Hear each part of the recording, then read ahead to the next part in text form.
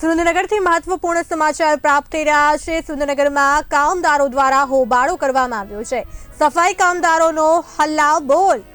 Corporation ઓફિસમાં સફાઈ કામદારોનો હોબાળો। 2 મહિનાનો ચડત પગાર ચૂકવવાની સફાઈ કામદારોની માંગ છે।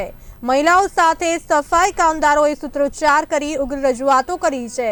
પગારની પે સ્લિપ કામદારો સાથે ગેરવર્તણૂકની બાબતે રજૂઆત કરવામાં આવી છે। मनपाना अधिकारीओए 2 मास पैकी 1 मासनो पगार चूकववानुं आप्युं छे आश्वासन। सुरेन्द्रनगरथी समाचार प्राप्त थई रह्या छे। सफाई कामदारोनो हल्लाबोल। कोर्पोरेशन ऑफिसमां सफाई कामदारोनो होबाळो। 2 महीनानो चड़त पगार चूकववानी सफाई कामदारोनी मांग छे। सफाई कामदारोना पगार छेल्ला 2 मासथी न थवाथी આજે અમે પગાર માટે કમિશનર સાહેબને આવેદનપત્ર આપવા માટે આવેલા છીએ। આવી જ પરિસ્થિતિ જ્યારે નગરપાલિકા હતી ત્યારે 3-3, 4-4 પગાર ચડી જતા હતા।